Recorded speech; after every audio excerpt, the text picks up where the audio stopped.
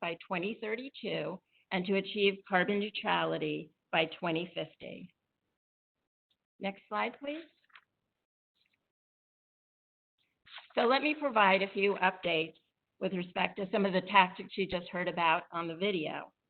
We're moving forward with our sourcing and supply pillar, and our due diligence continues with respect to the use of certified gas. We've proposed to source gas from producers that have been certified by third parties for their use of best practices in gas extraction. And these are practices that go above and beyond current environmental regulations. And in our case, we're most interested in practices that reduce the release of methane to the environment. And that's because upstream methane associated with the extraction of natural gas is one of the biggest sources of methane in the natural gas value chain. So in other words, we want to exercise our market power to incent and reward producers for excellent practices. And the good news is that this approach is very low cost. Assuming that we purchase about 20% of supply from these producers to start with, we've received quotes somewhere in the neighborhood of 14 cents to $1.40 per year per customer. As shown in the slide, we've been meeting with producers, certifying agencies, associations, environmental NGOs, and other gas companies who've already been started down this path of providing certified natural gas. Next slide, please. We've also been actively engaged in other activities to decarbonize our sourcing and supply. We expect carbon neutral sources to account for a growing and ultimately dominant source of our supply portfolio by 2050. This includes efforts to develop and promote the use of renewable natural gas. We're working on 2 projects right now that would interconnect renewable natural gas to our system. We've developed quality standards and interconnection agreements to support these projects. We've shared information about RNG and its beneficial use in the natural gas infrastructure to a variety of very interested customers, and we're moving forward as well with hydrogen blending. We've been working with technical experts and other parties, and this includes identifying and leveraging partnerships together with Department of Energy, our national labs, and industry associations. This would be to launch both research initiatives and demonstration projects. Next slide, please.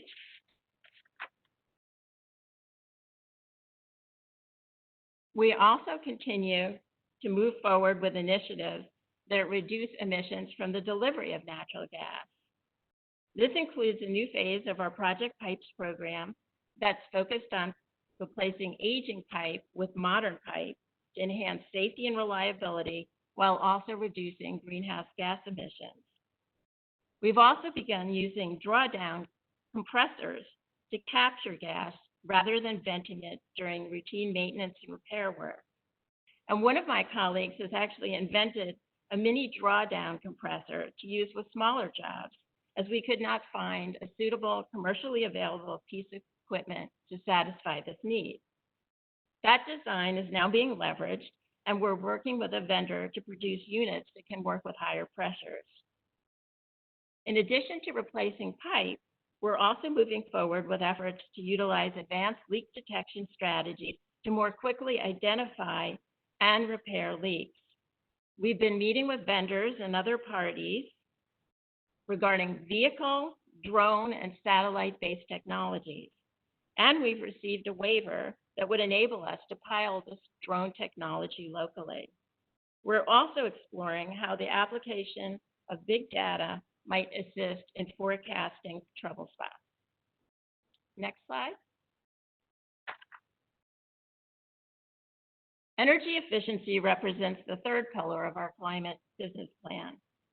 Not only does it reduce greenhouse gas emissions, but it also saves customers money by lowering both energy usage and energy bills. We estimate that aggressive deployment of energy efficiency technology and appliances can help reduce energy use and greenhouse gas emissions by about 36% by 2050. We've been working on a suite of energy efficiency and demand response programs that we hope to propose shortly after receiving a decision by the District of Columbia Public Service Commission with respect to guidance for the development and adoption of programs that will supplement those already in place and run by the DC Sustainable Energy Utility. Finally, we've been working with others to promote the use of combined heat and power and other technologies that can both enhance reliability and reduce emissions. Next slide, please. Since filing the plan, many members of the team have been sharing it with multiple stakeholder groups. These range from citizen groups to government to business associations. We look forward to your questions this evening and working with you in the future to achieve the district's climate targets in a way that fulfills the key attributes that the DC Public Service Commission identified as being critical to a modern energy delivery system. That it includes sustainable practices, that it be well planned, that it be safe and reliable, that it be secure, affordable, interactive, and non-discriminatory. And with that, let me turn it back to John Friedman to begin taking your questions. Thank you. Thank you so much, Melissa. And I want to thank everyone for standing with us. As we've all learned over the last few months and this evening, live, virtual, socially distanced panels and events present some unique challenges. And we appreciate the fact that all of you seem to have stayed online with us. I manage sustainability for Washington Gas, and I'll be serving as the moderator for this panel. For the panel, Melissa will be joined by two people who were in the video, John O'Brien, who you heard from earlier, as well as Mike Sloan from ICF. And we're going to open up the chat feature now, the Q&A rather, and please feel free to type your questions into that. Make sure you've selected all panelists in your chat so we make sure that they are coming through so that we can answer the questions, as many as we can. I will read the questions aloud to the panel so that they, as well as all the participants on the line, can hear the questions. And unfortunately, we can't line up all behind a microphone and do it one at a time, so we have to use the chat feature. If we opened up 200 phone lines, I can't imagine what that would be like. In the interest of time and clarity, if we see a lot of questions about the same thing, we'll combine them and group them together so that we can focus on one subject at a time and try to keep it a little bit more organized. The first question that we've gotten, and this is a foundational question, very important, what does it mean to be carbon neutral, which is the goal that DC set? And how does Washington Gas' definition of carbon neutrality align with DC's? Mr. O'Brien, I think this is your ball. John, thank you. By the way, in all my technological difficulties, I said it was 1-800-WASH-GAS. Please, if you smell gas, call 1-844-WASH-GAS. So I apologize. I got nervous trying to deal with my computer. In my the outreach that I've done to date in the climate business plan, this issue has come up, John. And for us, carbon neutrality tracks the definition that is actually in Sustainable DC 2.0, which in turn tracks the Paris Climate Accord carbon neutrality definition. So just in brief, achieving a state in which the net amount of carbon dioxide or other carbon compounds emitted into the atmosphere is reduced to zero because it is balanced by actions to reduce or offset these emissions. So that is the definition that guides us in our business plan. And I should also note of importance to our company is that we have met the measurements or the standards that have been set forth in the Paris Climate Accords. So John, that's the standard we use. Thanks, John. It's important to make sure we all agree on where we're going. Now, the next foundational question is we have to establish where we started from. And we've had a number of questions from a number of sources regarding the 2017 GHG emissions inventory from which the calculations and the plan was built, including the fact that 2017 was a warmer than average year, questions about the numbers themselves, and how does that and variations in temperature and gas volumes impact or influence the effectiveness of the plan and the calculations? Hi, John, I can take that one if you want. Sure, as long as I don't have to take it, Melissa, I'm good. Okay, so that's correct. 2017 was a much warmer than normal year. It was about 15.9% warmer than normal, and our number was too low. However, our numbers for 2018 and 2019 are correct. That weather was colder than 2017, and so we had much higher throughput. But in fact, what's going to happen is the plan is dynamic, it is flexible, and so as we move forward, we're going to have to adjust. And essentially what this means is that we're going to have to get more aggressive with some of the tactics that we identified. So maybe moving forward more quickly with things like renewable natural gas or more aggressive energy efficiency programming. And the other thing to keep in mind here is that it also has an effect on the comparison. So for those of you who've looked at the plan and heard what we've discussed tonight, we compare our plan quite a bit to policy-driven electrification. So if we had less gas usage, unfortunately lower than it should have been, to backfill that, you're actually going to need more electricity. And so that drives up the comparative cost of electricity as well. So net, we don't really see it having a great deal of effect on the cost estimates that we shared. Thank you, John. Thanks, Melissa. We're getting a number of questions now about renewable natural gas in the chat, and thank you very much for engaging right out of the gate, because if you don't ask questions, then we have to come up with something to answer on our own. So there are questions about renewable natural gas, but in the interest of level setting, can we start out with what is it, where does it come from, and then we'll get into some of these other questions about comparative costs and its carbon impacts. Okay, so I guess I'm happy to start out with that one. So renewable natural gas is really the ultimate waste to energy source. And in our plan, this renewable natural gas is coming from a variety of sources. It's capturing methane from naturally occurring sources that would otherwise be vented, for the most part, to the environment, contributing to greater global warming. And the sources that we've identified for use are primarily water reclamation sources, landfills, food waste, as well as agricultural waste, animal waste, and manure. So again, by using it, instead of venting it or flaring it, we are supporting essentially the cleanup of both agricultural processes and other waste processes. So that's sort of the basic theory behind renewable natural gas. And then when you use it for combustion purposes, we followed an approach that's outlined by the Intergovernmental Panel on Climate Change, also known as the IPCC, which treats that combustion as carbon neutral.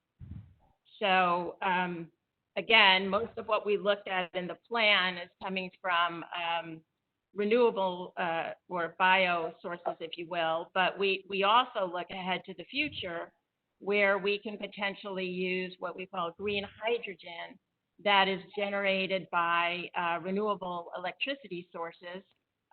Oftentimes that's been curtailed, and so meaning it's not used at that time. So we can take that renewable electricity, put it through sort of a chemical process with electrolyzers, separate it into hydrogen and water, and then repurpose that hydrogen and store it. And that's one of the sort of wonderful features about our infrastructure is its ability to store energy. That system exists, it doesn't need to be replicated. And while battery storage for electricity is promising, it is coming down in price, it's still very expensive, and it really doesn't exist at the scale one would need to support a broad renewable electricity. So anyway, we have this storage system. So it's really a combination of biological sources as well as in the future green hydrogen. And I guess I'll just ask Mike Sloan from ICF if he would like to add anything to that. Thank you, Melissa. We've been challenged, if you will, on the assumptions for net zero carbon emissions from RNG. And that's standard industry accounting practices. But when you look at it, we know that there are going to be a range of different feedstocks, and different feedstocks will have different carbon implications when the RNG is being created. Some of them will be carbon negative, some of them will be carbon positive. Overall, the standard accounting is to say that they are carbon neutral.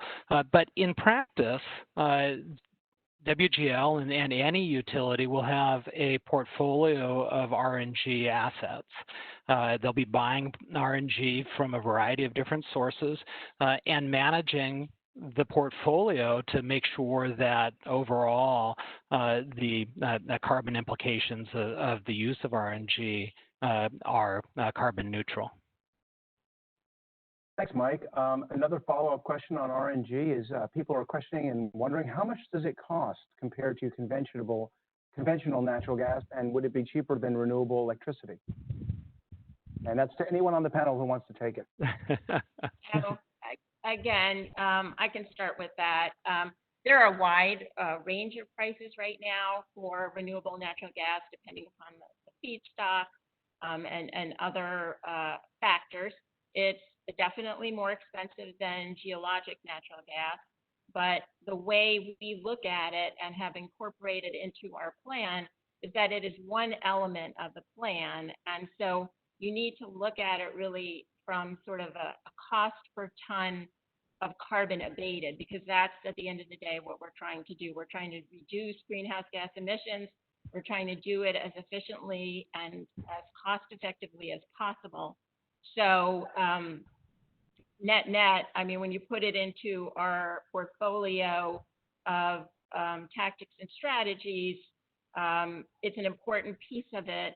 And sort of at the end of the day, I guess you would say, is that the cost per ton abatement from the whole suite of programs that we're using is half the cost of a policy-driven electrification strategy.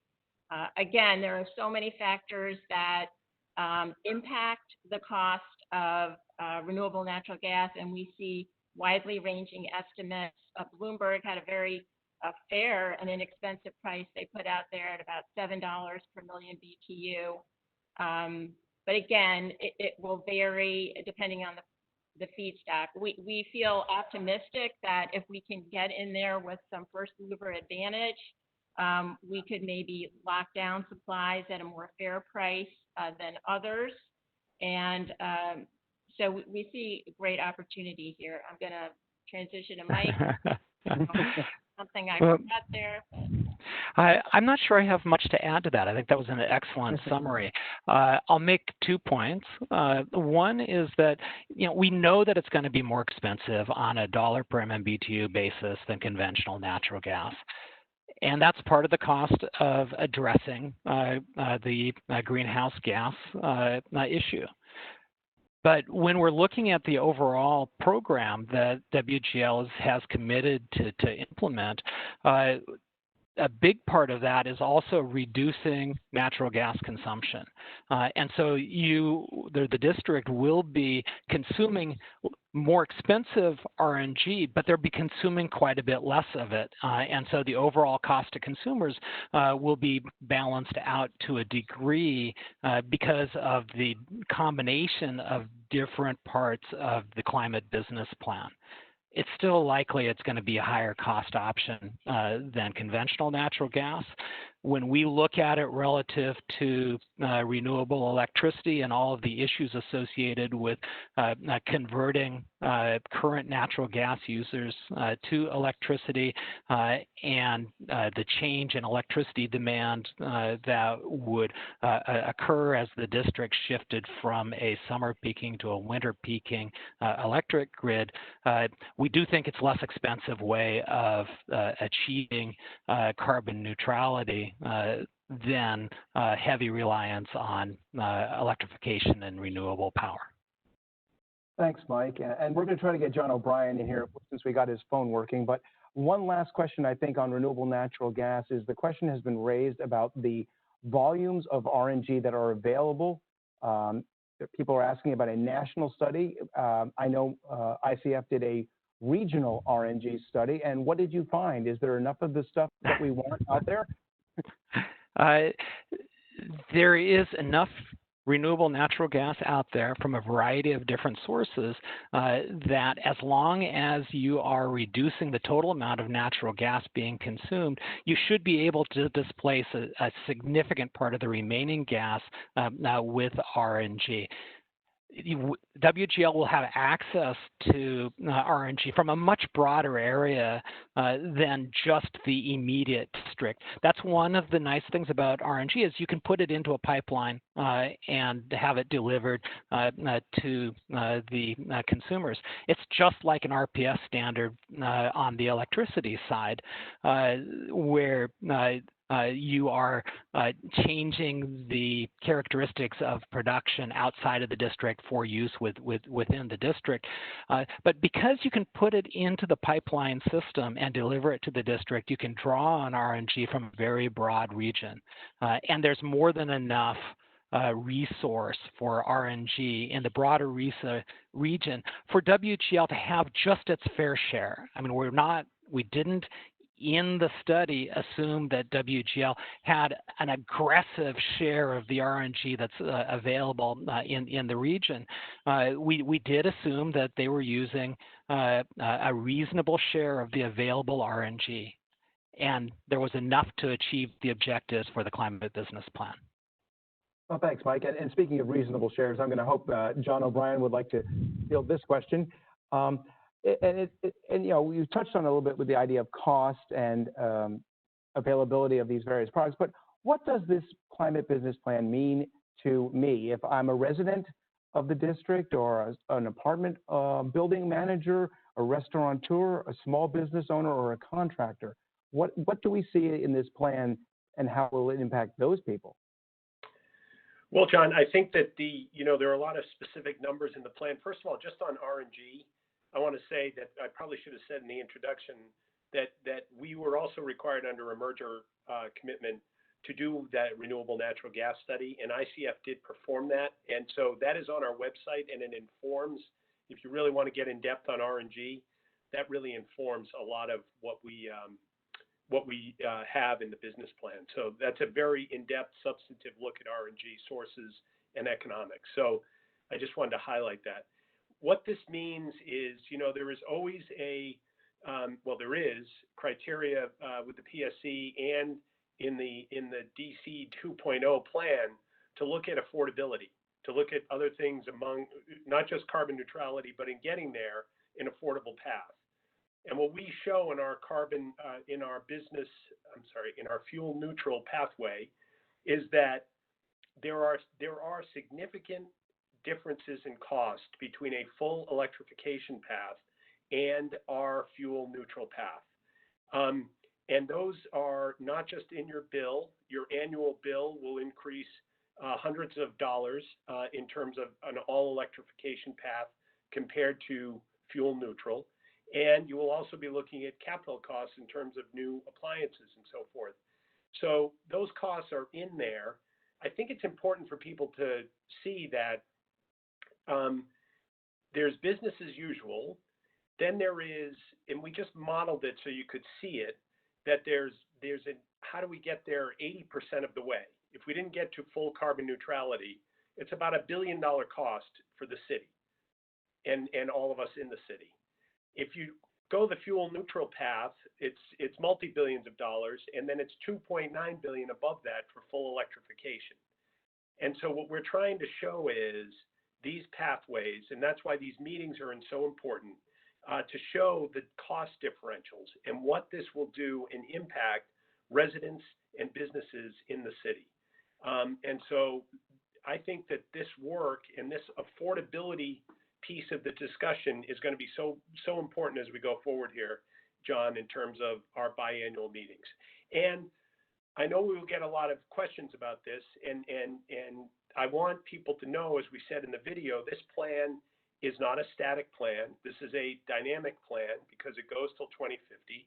Technologies will change. We don't presume to know, for instance, and I know our colleagues from Pepco might be on the phone today. We don't presume to know a lot of what Pepco has and how they have to think through their business. And we hope that this plan really gets us to sit around the table to understand that pathway and the cost to get to carbon neutrality.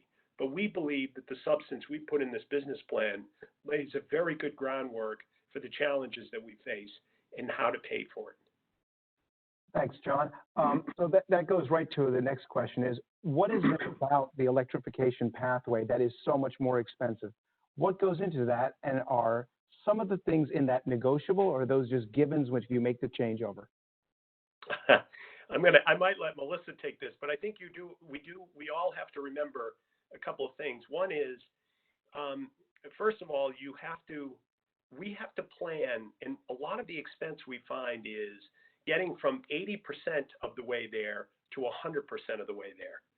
And we have to plan. We run the bedrock of our country, the bedrock of our city is an energy system that runs 24/7. And in order to do that, and in order to be there for the peak, for that time when you really need it, I don't know, a hot day in July, or a very cold day in February, you have to be there as the infrastructure company, either Pepco or us. And the interesting thing I think about, and the little tidbit that I hang my understanding on this, because hats off to Melissa and you, Friedman, and Mike Sloan, and the people who have really done all the substantive work here.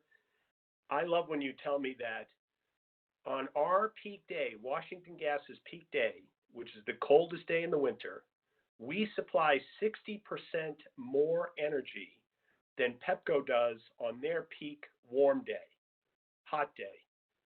So as an example, and by the way, we love our colleagues at Pepco because they do an awesome job. So I'm not saying it that way. I'm just saying you have to find that 60% if we're not around.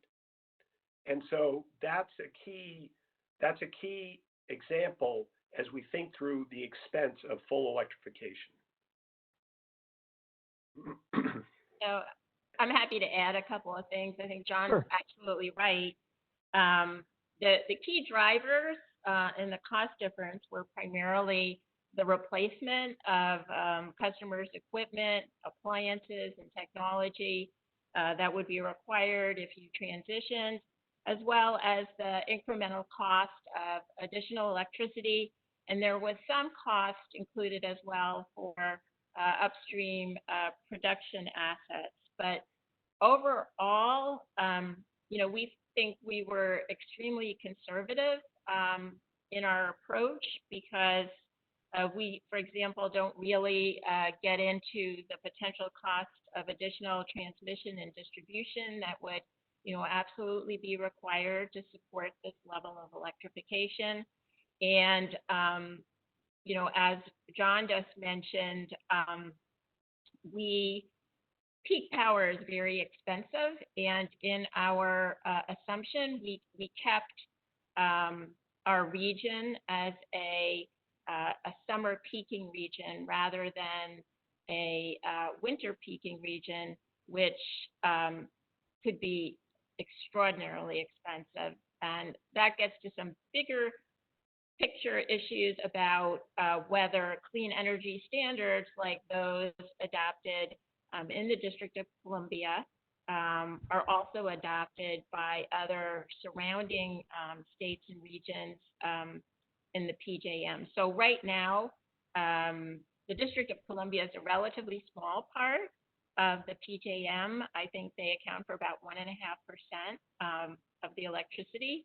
And so, we did assume that you could buy the renewable energy credits to support that transition. But if all the other regions also pursue an electrification pathway that is heavy on renewable energy, then what happens is you have to create way more generating assets and additional infrastructure. And I think I'll transition to Mike because he might be more elegant in his description. Yeah, thank you, Melissa. I just want to make a couple of additional points. The first is that if you're talking about an aggressive electrification scenario, you're talking about changing every customer that currently has a natural gas furnace to a heat pump or other source of electric heat.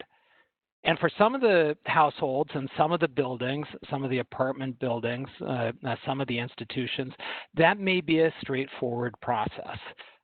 They may be able to put in a new heat pump when the old natural gas furnace dies, and the building may be set up in a way that allows them to do that without a lot of incremental cost.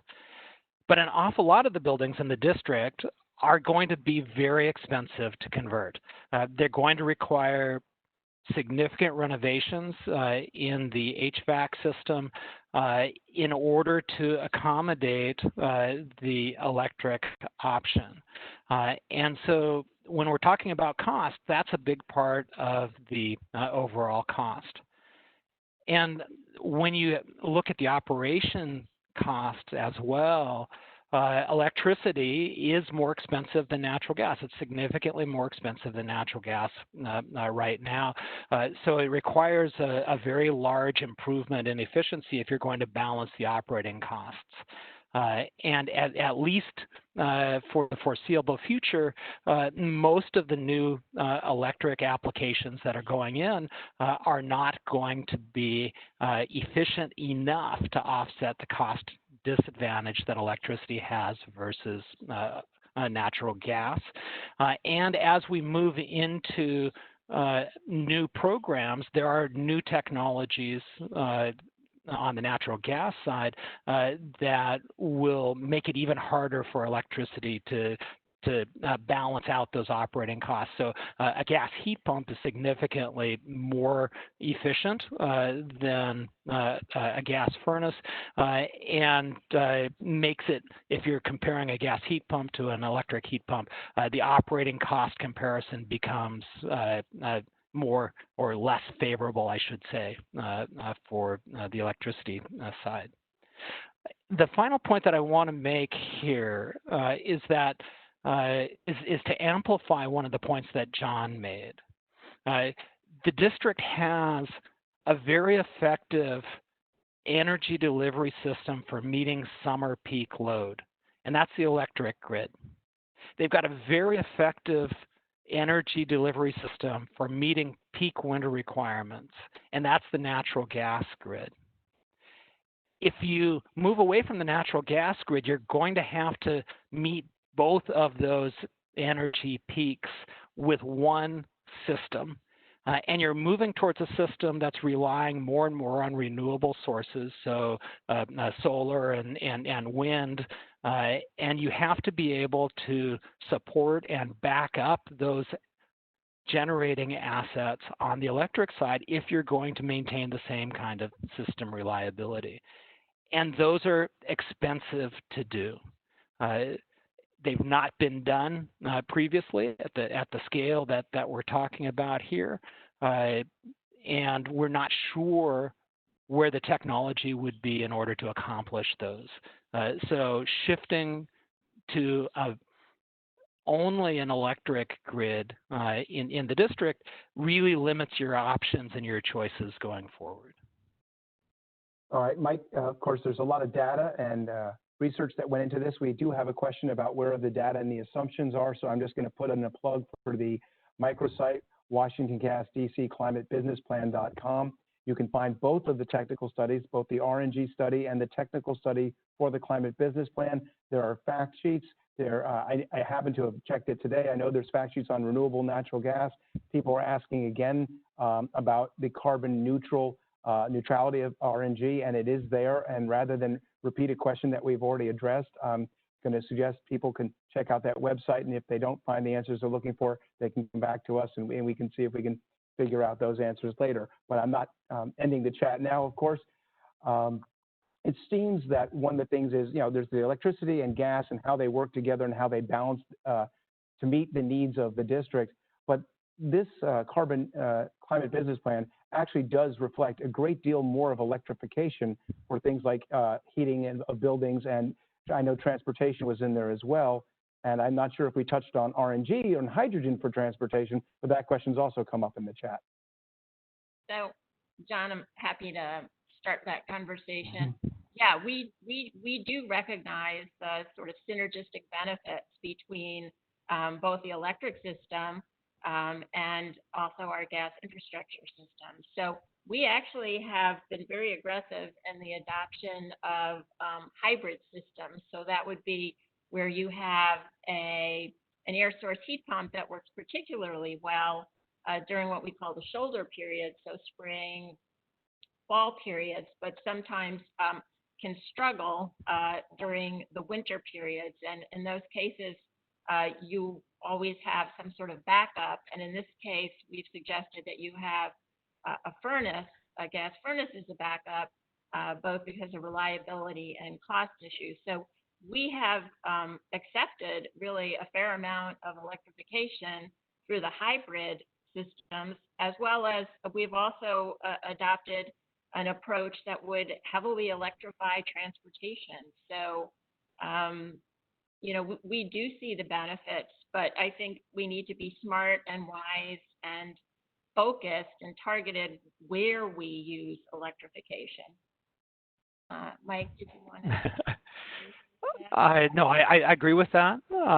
And when in the business plan, we use hybrid systems in order to minimize the impact on peak electric demand during the winter, because that's where the significant increase in costs occur. And by converting some of the natural gas use to electricity, particularly during the shoulder and off-peak periods, but maintaining the gas system for use on those peak days, we can get significant savings or reductions in carbon emissions without incurring the dramatic increases in costs on the electric system needed to meet that peak winter requirement. Terrific. Another question that has come in is, the plan still relies, even though the vast majority of the sources of energy in the climate business plan are renewable, it still does rely on some fossil gas. And the question is, how can that still be a pathway to carbon neutrality? I didn't say all the questions were going to be easy.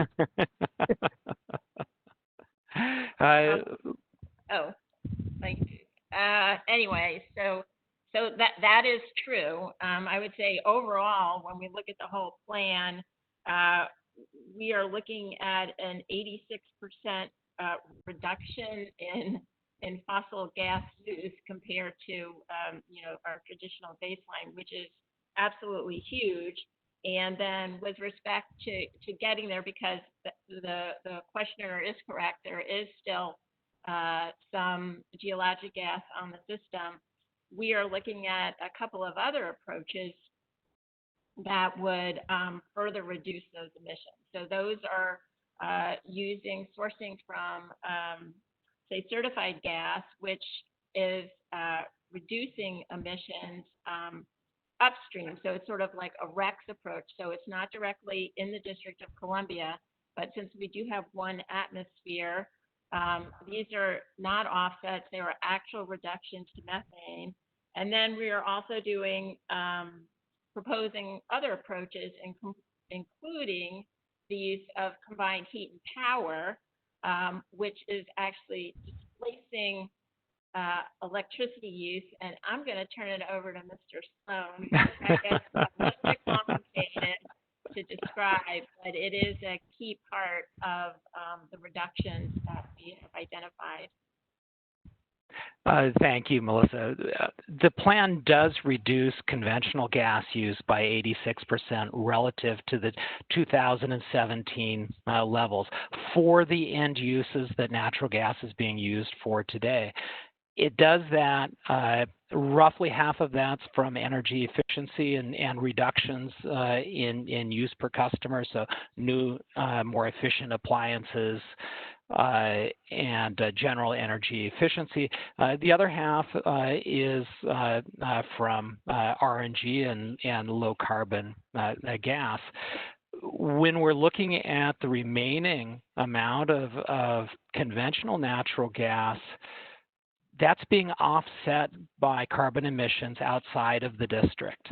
And part of the program is a significant push towards combined heat and power, which uses conventional gas in the district to generate electricity and heat. It does have emissions in the district. So in that sense, those particular buildings might actually be showing a little bit higher emissions in the district. But what it's doing is reducing carbon emissions from the regions around the district that the district is buying its power from. So we expect the PJM, which is more than 13 states, or it is 13 states, to continue to generate power from a variety of different sources. Right now, there's some coal and there's a lot of gas, and there's some renewable power. Over time, the renewable share will go up, but there's still going to be a significant share of natural gas generation in those states. The CHP in the district reduces the amount of natural gas consumed in those other states. And that reduction more than offsets the increase in emissions in the district. So that is a carbon negative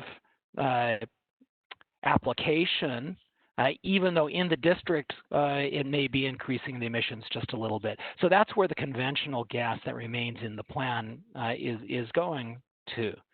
You could spend more money and increase the amount of RNG and hydrogen and power to gas in order to eliminate that conventional natural gas.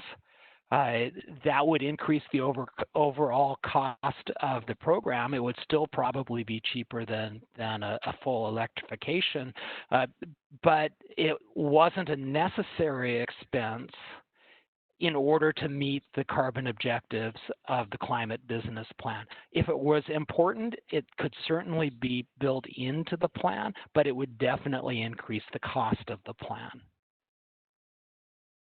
Thanks, Mike. And speaking of costs, the question has come up about the maintenance costs of the natural gas system, and what are those costs included in the scenarios that were used and evaluated in the comparison that resulted in the climate business plan and the fuel neutral scenario being $2.7 billion less?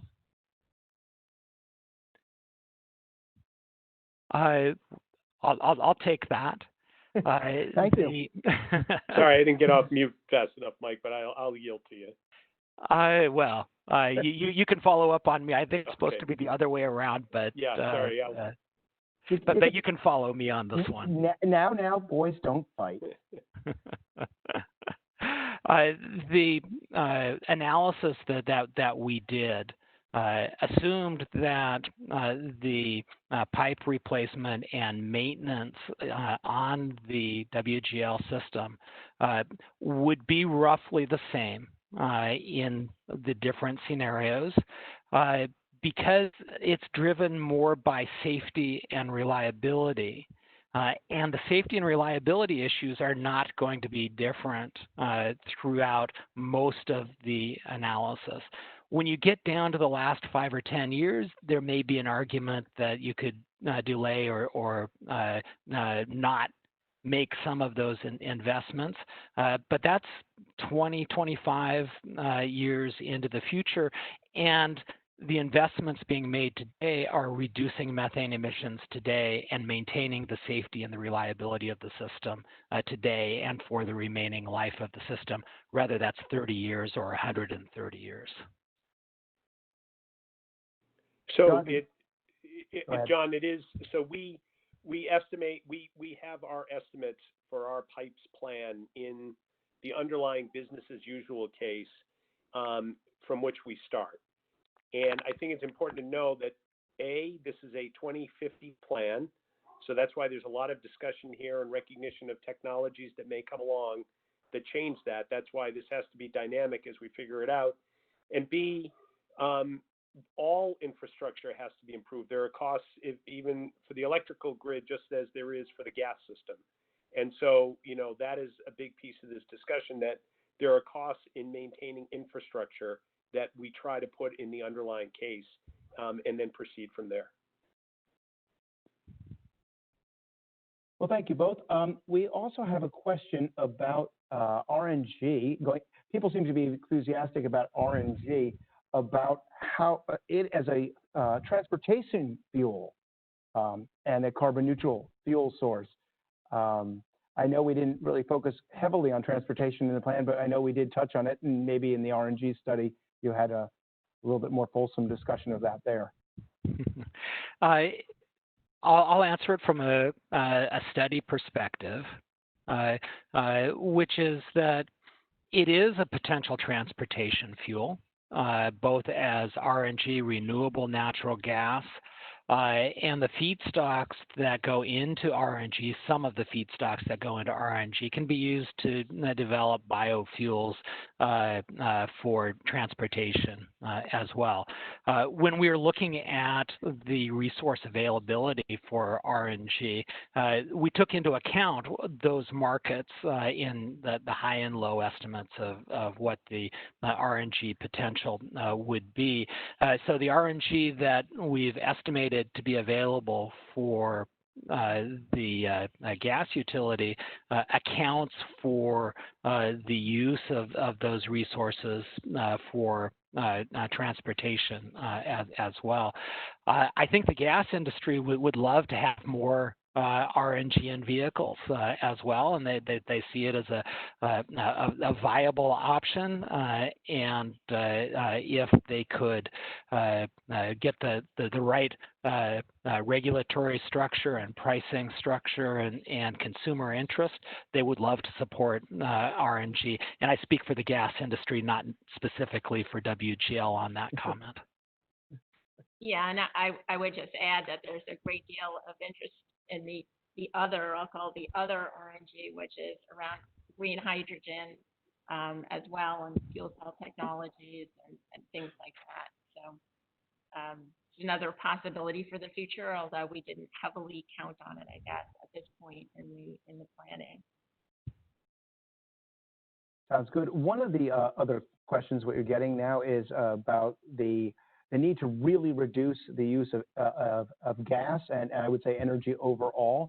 And how does this plan, we've talked about sourcing and supply, we've talked a little bit about the pipeline system, we haven't really talked about what this means for customers in terms of end use, and other than what was mentioned in the video. So I guess the question really is, how does this plan help customers to reduce their gas use and then make the conversion to, let's say, the blended fuel or the RNG if they wish to? And when will our system, what would it take technically for the system to be ready for something like RNG or hydrogen?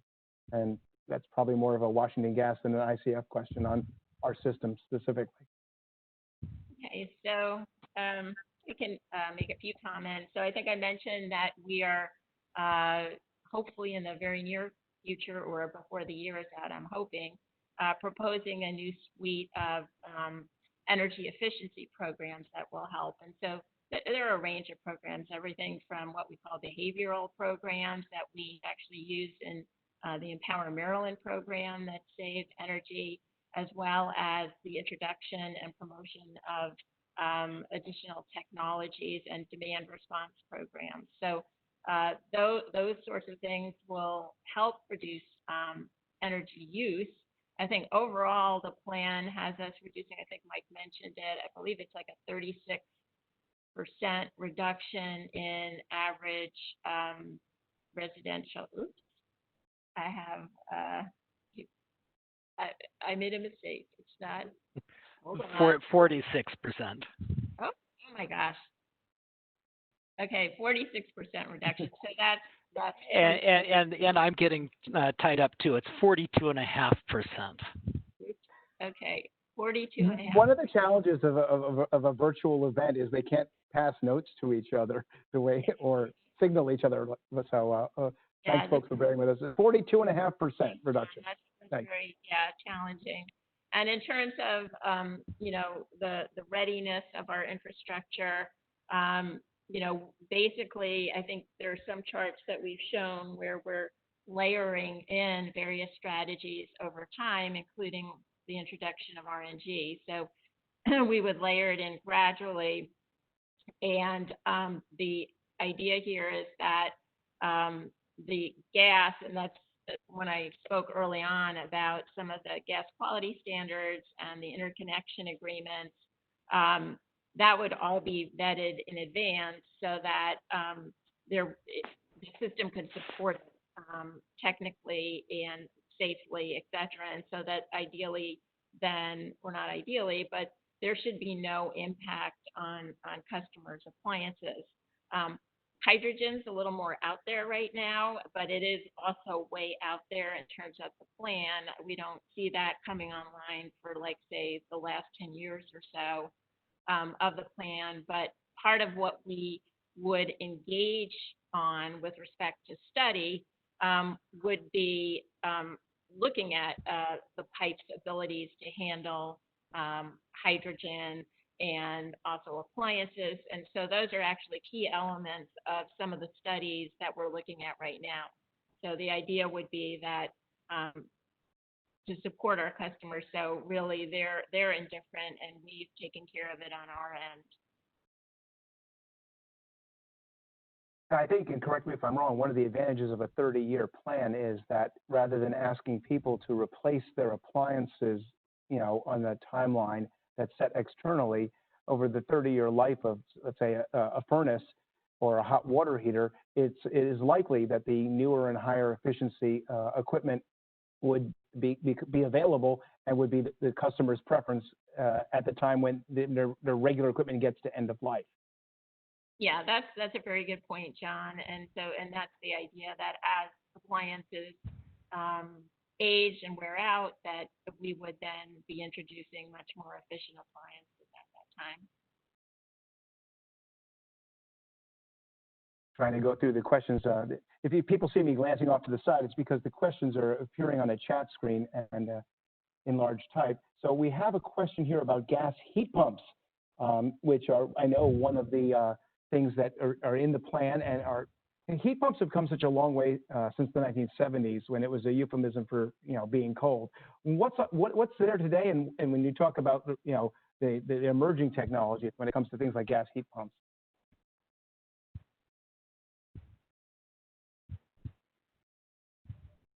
Well, we're working with a number of industry partners, and there's a lot of optimism about commercial development and their efficiency factors, which right now are roughly 50% or about 50% more efficient actually than a high efficiency furnace.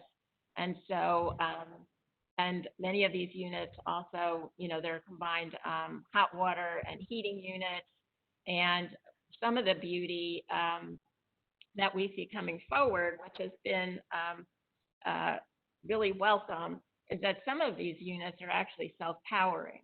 So, and that makes them really attractive in terms of reliability and resilience. So some of them have features such that if the power goes out, the fan, which is needed, and the pilot light, if you will, are still going to work. So your device is still working, which is a wonderful attribute. And I don't know, and some of the things we're seeing too is that right now we've seen some analysis actually by one of the environmental NGOs that compared operating costs of an air source heat pump to a conventional furnace, which actually that would be a much older furnace today in today's world, and they were about on par. If you have a high efficiency furnace and an air source heat pump, the operating costs are lower. And if you have the efficiency factor of some of these gas heat pumps that are coming online, your operating costs are actually about half as much. So we're pretty excited about the gas heat pump, and transition to Mike if he has anything else to. I don't have anything to add other than this is not new technology. There aren't any major technology improvements or unknowns that have to be addressed. It's packaging and production and marketing to bring the units into the marketplace. Okay, great. Another question that has come in has to do with indoor air quality and relating to the differences between electric and gas cooking. And some of the studies that have come out recently talking about particulates as well as other irritants that are put into the air when you cook, depending on the fuel source. So I can start with that. Yes, whenever you cook in your home, basically it's a chemical process, and you are essentially, to a certain degree, releasing both particulate matter and emissions. And a lot of that is driven by what you're cooking and how you're cooking it. So high temperature cooking tends to reduce more particulates and matter, like things that smell really good tend to actually reduce the most emissions. And it doesn't really matter if it's electric or gas, that's just going to happen. The other point is that you definitely need adequate venting, whether it's electric or gas. Homes are much tighter today, and so indoor air quality does become more of an issue. You have off-gassing of many typical residential products. There are many more plastics in our homes today. Carpeting can off-gas. There's all kinds of stuff. And as the house becomes tighter, venting becomes much more of an issue. And we have seen some of these studies. I would say there are, I'm not sure everyone fully agrees with all of the findings to these studies, and we've seen other studies that talk about electric cooking of certain products and that they create greater emissions. So, we all need to be safe, and I think ventilation is a key factor in any cooking. I know, for example, I think it's ovens. When you use your the oven cleaning function, it's a tremendously high temperature, and there's all kinds of stuff that's released that can be toxic, whether it's gas or electric. So again, I think venting is extremely important. Mike, do you want to add anything to that? I don't have any particular insights into those issues other than I do cook with electricity, and my wife will tell you that when I burn dinner, it ruins the air quality in the kitchen. But other than that, I don't have any insights to that question. That went in a different direction than I was expecting. Let's see if I get this back on track. So one of the things, we go back to the merger commitment, is that Washington Gas really committed to evolve its business model and to change. How much of a fundamental change over the next 30 years does this plan really define? I'm Can happy start and then turn it to Brian. I was hoping Melissa, John would answer it. Melissa will pick up where I miss. Just the discussion, I'm struck, and Melissa and you, the team have done a great job in this, but we are talking about a significant reduction in natural gas going through our system. We are also talking about, in doing that, we truly believe that for a resilient, affordable system or delivery of energy to the district, that we are important to that. And in order to be that partner, and in order to continue, that requires us to make investments in RNG, that requires us to be part of all of the studies around hydrogen, that requires us to continue to do our day job and make sure the system is safe. That requires us to really, on the end use side, be very active in efficiencies and how we promote, along with our electric brethren, how we all can be more efficient. Many of the things in this plan and in this trajectory to 2050 demonstrate real changes for a gas utility. And in fact, I think in some of the comments that we've received in response to the plan, I think there has been at least a recognition that we as a gas utility with this plan have been pretty out front in compared to our other brethren gas utilities across the country in how we significantly change our business to again meet the carbon neutrality goal. So there's a lot in this plan that requires our company to look at different ways of delivering that energy and what type of fuel stock that is. And oh, by the way, that requires us, and this is why we're excited and have such a really good PSC and city government and all the work that's done by DOEE, that we all have to be at the table to think about the different regulatory mechanisms and incentives and pricing issues and market issues that are required to get to carbon neutrality. And I think our plan highlights all the work that needs to be done in that area as well.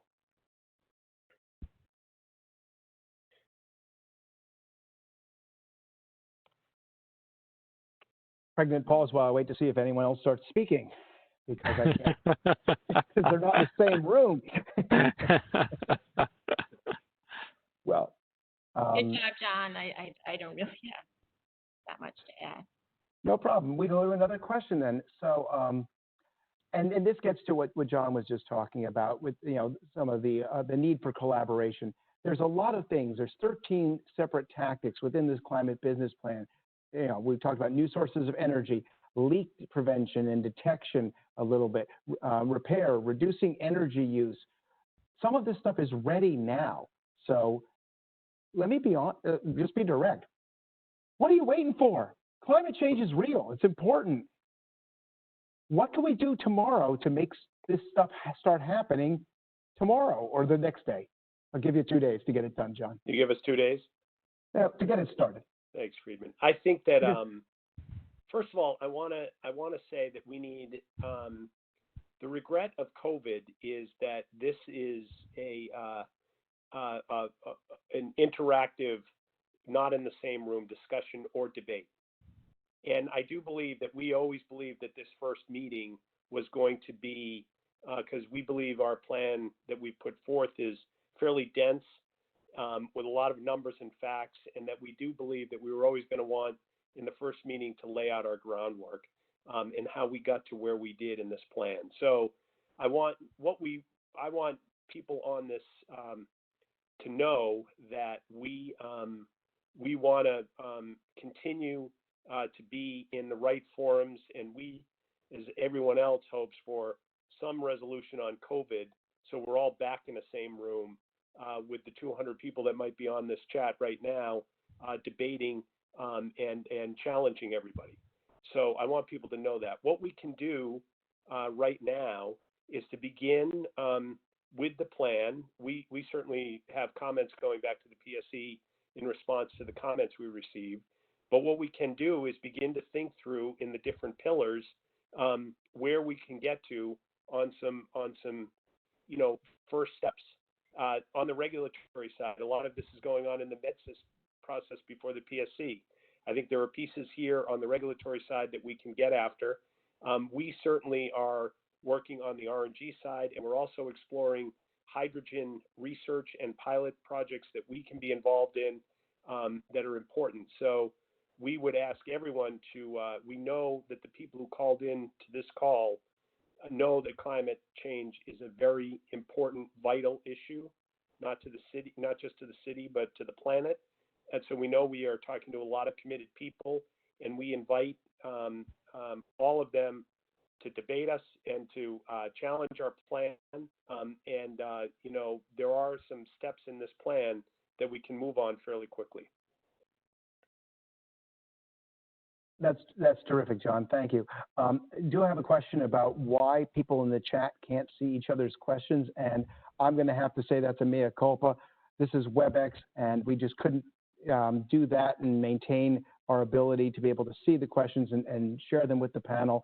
And that gets solved if COVID gets solved, or we can do this in person next time, which is our wish and intention. And we want to do this one in person, as John mentioned. I'm going to John, I would also say that we will we will now obviously go back and people will yell at us or compliment us on how we've done this, but we will go back and do lessons learned, and we will, if COVID is going to continue, we have a requirement to hold biannual meetings, and we all check the definition. That means twice a year, but we do want to do more than that. So if in 2020 we are dealing with meetings like this, then we will constantly get better at them. And it is our intent to be as forthcoming and as possible. So we will absolutely do lessons learned and figure out if we are in the COVID world, which quite possibly we could be for our second meeting of 2020, we'll get better at this as we go along. And we appreciate everybody's patience as we do that. We only have about 8 minutes left remaining, so I thought I'd go down the path. I have to say one thing to someone just looked up and said biannual is every 2 years, semi-annual is actually every 6 months. We've all checked it, and biannual, right, Melissa, is Yes, twice a year. biennial is every other year. Yeah, thank you. So I know, believe me, we all checked it. There are no English majors involved in this production. But go ahead, John. Keep going. Well, I was going to ask each panelist if they wanted to share their final closing thoughts before we wrap this up.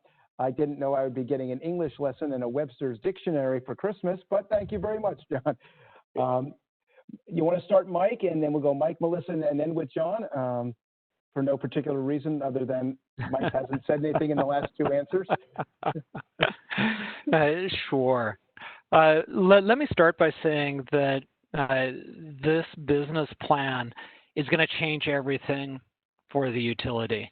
And I'm not sure they realize how big the changes are, and maybe I shouldn't be saying that right now.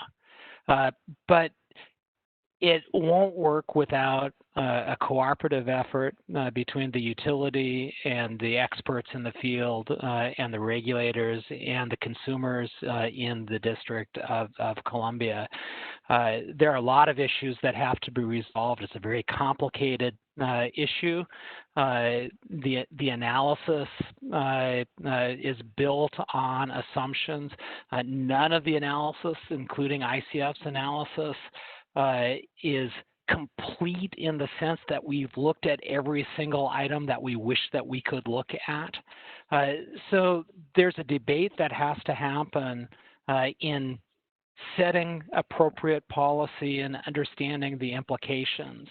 And I'm very pleased to be working with WGL as they commit to that debate and that process.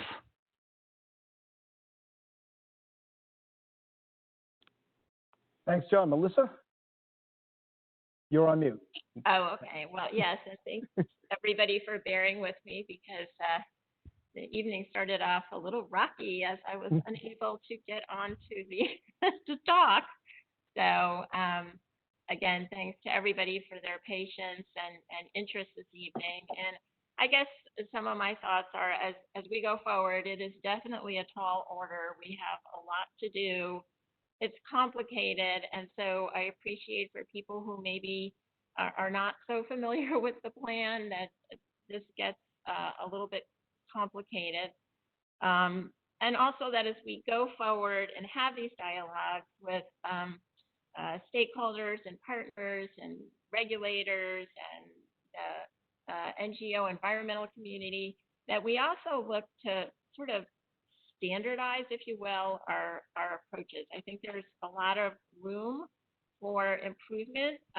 We're talking about huge changes to our system, but also for the city and for the District of Columbia and its residents and businesses. So I think it's just so important that we have sort of standardized assumptions that we're using so we can get to the right policy decisions and do what's best for the city, both, or the district, both in terms of greenhouse gas emissions reductions, but also affordability, reliability, resiliency, and equity.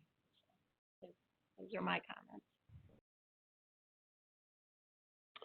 John, I'd just say I appreciate everybody again coming on tonight, and I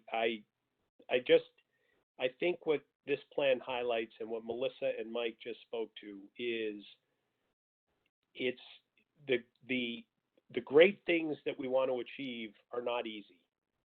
And that what we want to achieve in this city and how this city wants to be a leader in the region, in the country, in the world, in a very complicated area, is not simple. And to say we want to be carbon neutral is very good. It sets a goal, and getting there becomes very complicated and difficult.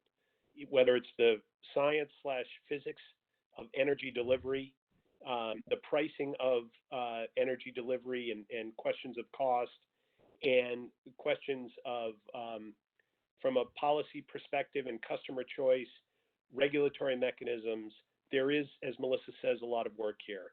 And we at least think we've put forth a plan that is dynamic, will cause great debate and discussion. I'm just proud of some of the people on this panel who actually did the work. I just barely got on myself and got the password correct. So, but I think that it's the great things we want to achieve don't come easy, and that's what this plan demonstrates. And so, if we want to get to carbon neutrality in the city, there's a lot that has to be thought through, debated, and implemented in a responsible way. So, at the end of the day, we're still providing energy 24/7.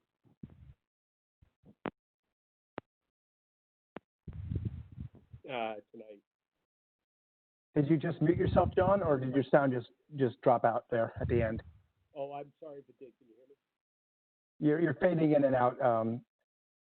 All right. Well, whatever he's saying right now, I'm sure is brilliant. It's thought-provoking. It is absolutely the perfect ending to this meeting. I would just like to thank, check the participant list, and only 30 people who signed on initially are not still with us. That is thank you so much, particularly when it's a virtual meeting, for your kind thoughts and attention.